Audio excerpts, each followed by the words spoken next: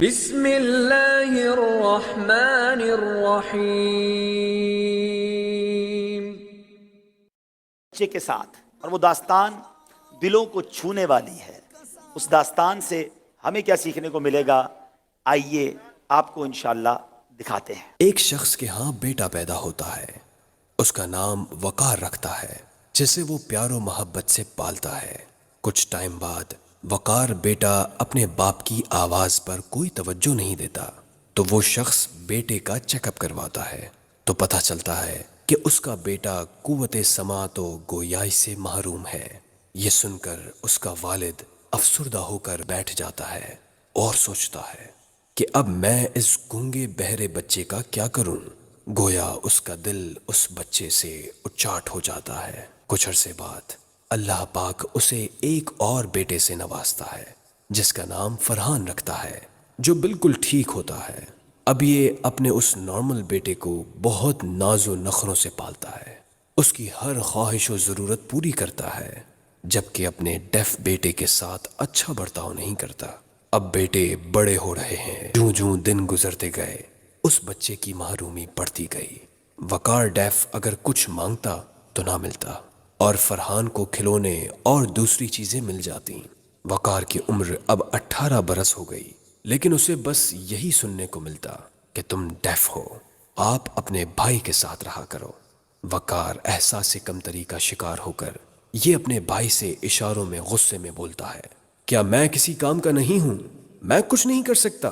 ہر بات پر، ہر معاملے میں ابو آپ کو ہی مجھ پر ترجیح کیوں دیتے ہیں؟ اس کے والد وقار ڈیف بیٹے کو جھگڑتے ہوئے دیکھ کر گھر سے باہر نکل جانے کا اشارہ کرتے ہیں.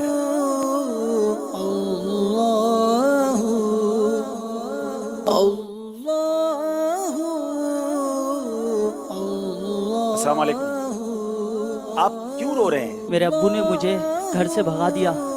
وہ کہتے ہیں کہ آپ ڈیف ہو، آپ کچھ کر نہیں سکتے. بچپن سے ہی میرے بھائی جو نارمل ہے، بول سکتا ہے، اس سے محبت کرتے ہیں، لیکن مجھ سے محبت نہیں کرتے. کیا ہم بوجھ ہیں؟ آپ بتائیں کہ میں کیا کروں؟ آپ روئے نہیں، آپ روئے نہیں. میں انشاءاللہ سمجھاتا ہوں اور میں بات کرتا ہوں، آپ کا مسئلہ حل کرتا ہوں، پریشانی دور کرتا ہوں. انشاءاللہ فیضان بھائی جو ہیں آپ کو انشاءاللہ اپنے ساتھ لے جاتے ہیں، اور جو ہمارے اسلامی ان کے والد صاحب سے پہلے اجازت لے لیں، اور ان کے والد صاحب سے اجازت لے کر ان کو دعوت اسلامی کے مدنی کاموں میں انوالو کریں، کسی شعبے میں بھی انشاءاللہ ان کی ترکیب بنائیں. وقار اب فیضان مدینہ میں اسپیشل پرسنز کے نماز کورس میں شریک ہو کر وضو، غسل، نماز و دیگر مسائل سیکھتا ہے. اب جب وقار اپنے گھر جاتا ہے تو اس کے والد دیکھ کر حیرت سے کہتے ہیں کہ کیا تم میرے وہی بیٹے ہو؟ جی ابو، آپ نے مجھے گھر سے نکل جانے کا کہا تو میں باہر کہیں بیٹھ کر رونے لگا.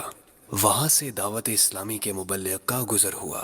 ان کی انفرادی کوشش اور شفقت سے میں آج معاشرے کا کارآمد فرد بننے میں کامیاب ہو گیا، اور دعوت اسلامی میں بطور اجیر کام بھی کر رہا ہوں.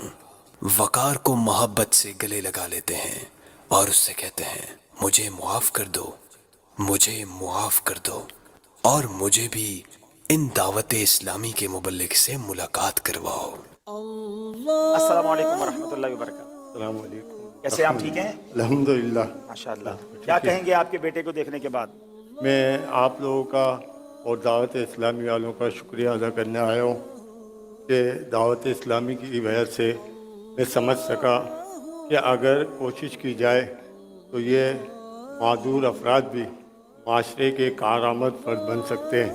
میں دعوت اسلامی کا شکریہ ادا کرتا ہوں کہ میرے بیٹے کو آپ لوگوں نے ایسا بنا دیا. ماشاءاللہ. شکریہ دعوت اسلامی کا. اور شکریہ. الحمدللہ. یہ ہے آپ کی دعوت اسلامی جو ان معذور افراد پر کس طرح کام کر رہی ہے.